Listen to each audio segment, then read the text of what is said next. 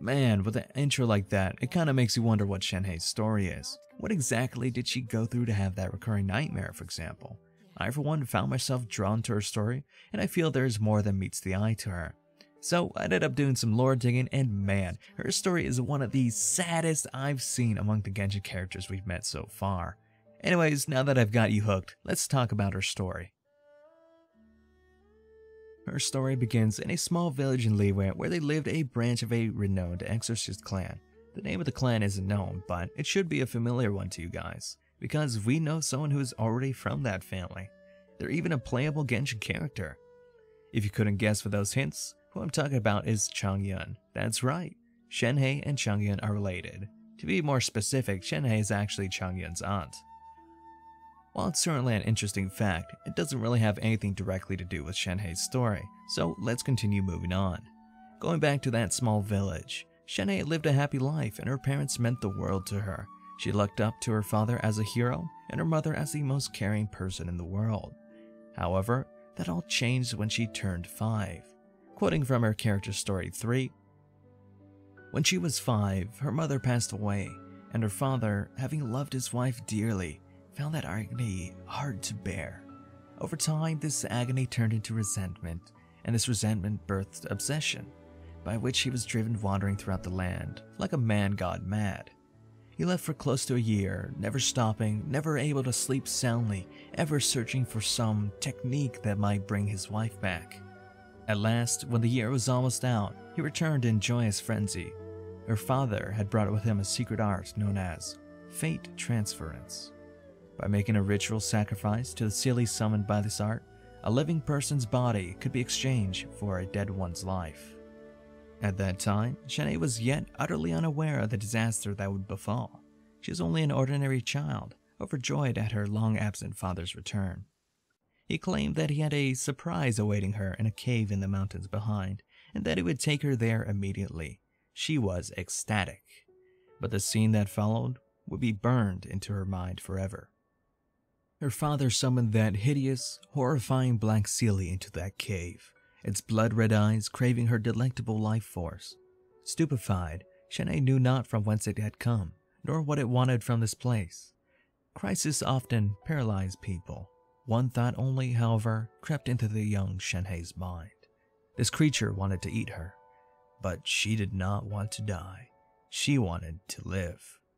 Gripping her mother's keepsake, an exorcism dagger, she faced that dark Seelie, trembling yet resolute. Several days later, an adeptus following the trail of great evil would investigate the cave, only to find the little girl collapsed inside, spent, famished, parched, her life hanging by a thread. Taking pity on the lass's ruinous fate, and seeing that she possessed great talent, having repelled some terrifying force on her own, the adeptus would bring her back, heal her, and instruct her in the adeptal path. If not for that, Shenhei would not be as she is today. And so, just like that, her perfect family was gone. Her mother, having died earlier, left Shenhei with her sole pillar, her father. Her father, who then left her, leaving the grieving Shenhei, who had just lost her mother, all alone, with no one to comfort her. She had to go through the grief of losing her mother at 5 years old, clinging on to a vague hope that maybe her father would return. As time passed and both her parents had left her, she might have started blaming herself. Maybe she was the reason her parents went away. Maybe she was cursed. It's these kind of thoughts that led Shenhei to not question her father when he returned. The relief she might have felt that maybe she wasn't cursed after all. It was at this point, when her emotions were at their peak and the relief at the utmost, that her father left her facing the monster alone. My father's intent was to trade my flesh and blood for my mother's life. After he abandoned me in that cave, I still held out hope that he'd come back to rescue me. 1 day went by, then 2 days, 3 days. I used every ounce of energy in my body to fight off that monster. But as I collapsed on the ground, I finally realized that the day I was waiting for would never come. To this day, I don't know which one it is. Was I abandoned because I'm cursed? Or is it the way I've been treated in life that has cursed me? It was at this point in her life that Shenhe met Cloud Retainer, the Adeptus who had become her teacher. After taking Shenhe in, Cloud Retainer had Mooncarver read Shenhe's fate, and that's when they discovered something interesting. From Character Story 5, quote, Liyue has its own fortune-telling, destiny-reading methods, similar to astrology. Of these, there are two fates that people seek to avoid at all costs. One is that of the solitary star, which dictates that one will be separated from friends and family, living alone all one's days. The other is disastrous evil, which means that one will face many hardships and perils. When the Adepti rescued Shenhe, Mooncarver did once read her fortune. The signs showed that she was marked by both the solitary star and disastrous evil, and that she was also plagued by intense homicidal urges. She is thus a person of supremely ominous destiny, doomed to harm both herself and others. To ensure that she could grow up safely and not harm any innocents, the Adepti bound her soul using red ropes. This binding had the effect of restraining both her evil fate and her violent tendencies, but also shackled many emotions that should have originally belonged to a human. From then on, she became more and more disaffected by trivial matters, and even things most might consider important were but dust to her. She became ever less human and ever more like a lovely yet cold statue. End quote. Imagine the feeling when she found out about her fate, the feeling of hopelessness, the feeling of guilt that maybe, just maybe, she was the reason her mother died, that she was the one that drove her father mad, that she was the reason that everyone she loved left her. I don't know about you, but thinking that a 5-year-old could process those emotions is simply insane. So what does Shenhe do with these raw emotions that shook her very soul? Well, you see, the world of Teyvat is a little special in that emotions equal power. The stronger your emotions are, the stronger you become. For example, the powerful emotions can manifest in several ways, such as visions, delusions, and evil spirits. Going back to Shenhe, who is 5 years old and can't process emotions very well, what does she do with all of that grief, pain, and hurt that she is feeling? Well, it turns into something darker. For example, rage, anger, and hatred, or a need to lash out and vent this pain she's feeling. Now, normally, a person feeling these emotions wouldn't be able to change themselves too much. However, Shenhe is born with the two worst fates that a person could have, the solitary star and disastrous evil fates. Combining the two along with the tiny seed of murderous rage that would normally have never surfaced, creates a feeling of emotions so intense that it's strong enough to dye her soul red, resulting in the homicidal urges taking over. The Adepti, upon seeing this, decided to seal her warping soul with red bindings in the hope that she won't turn into something evil. However, a seal is more of a stopgap in this case. It's not a perfect solution. The reason being that with emotions this powerful, some of it will inevitably leak out. And once it reaches a tipping point, the bindings will snap and in Shenhe's case, turn her into a murderous monster. This is when Cloud Retainer shows up.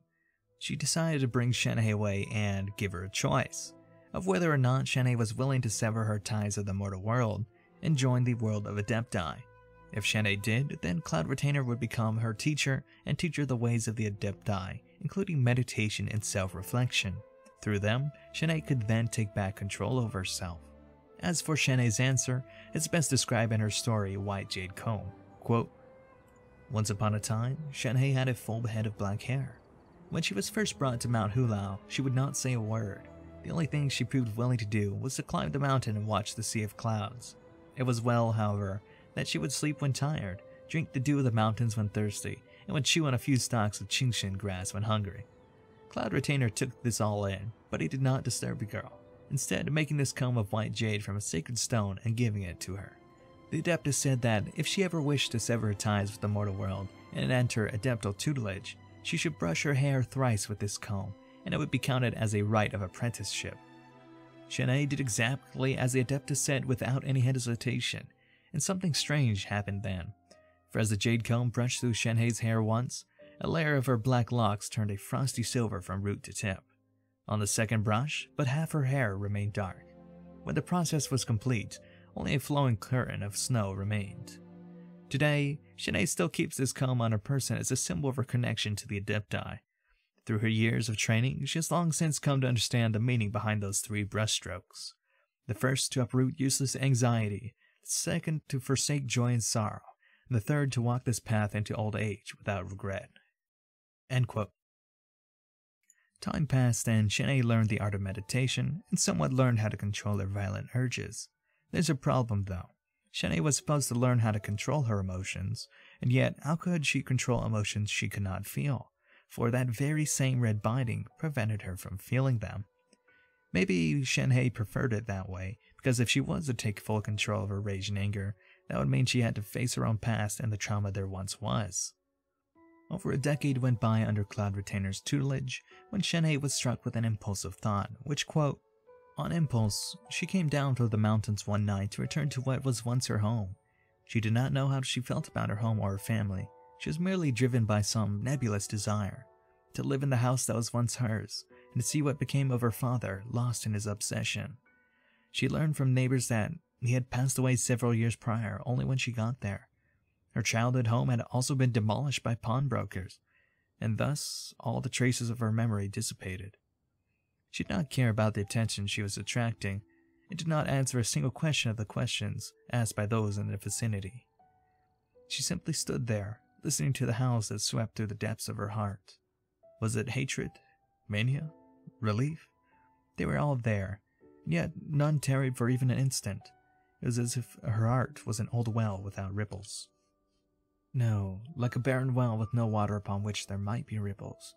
She stood there for a long time, before departing again before the astonished eyes of all. Each step was slow indeed, but she never once turned back. End quote.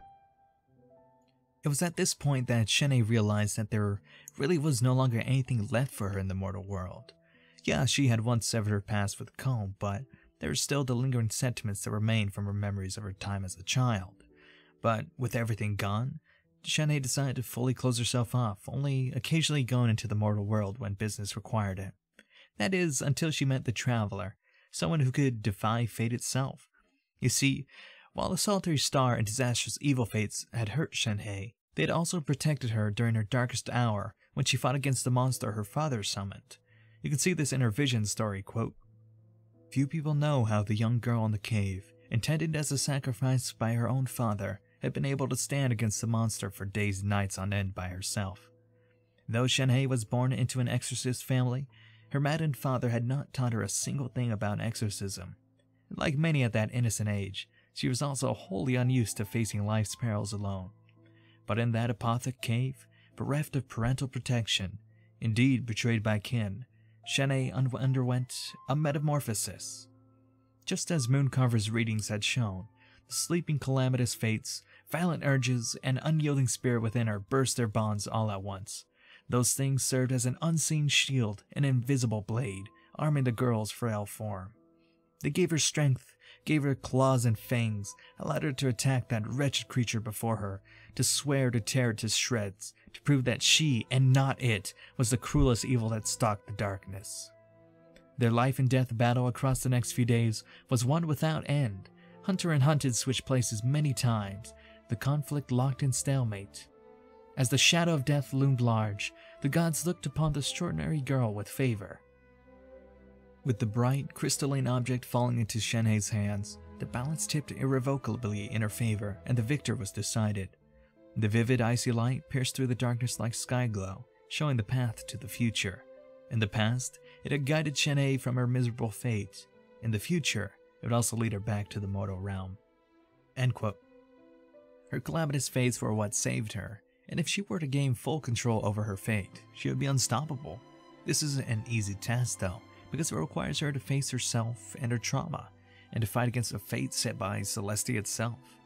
But when she does finally break through, she'll be like a butterfly breaking out of her cocoon, free and unfettered. Anyways, that's Shanae's story so far. Personally, I really hope that Shanae does overcome her trauma, because I think that she's a wonderful character that just deserves better. I also think that a lot of people can relate to her regarding her struggle with her past trauma. It's definitely not easy to come to terms with it, and for those of you guys who are struggling with it as well, my thoughts go out to you, and I really do hope you overcome them. Anyways guys, thank you for watching, I hope you enjoyed the video, and I will see you in the next one. Bye bye.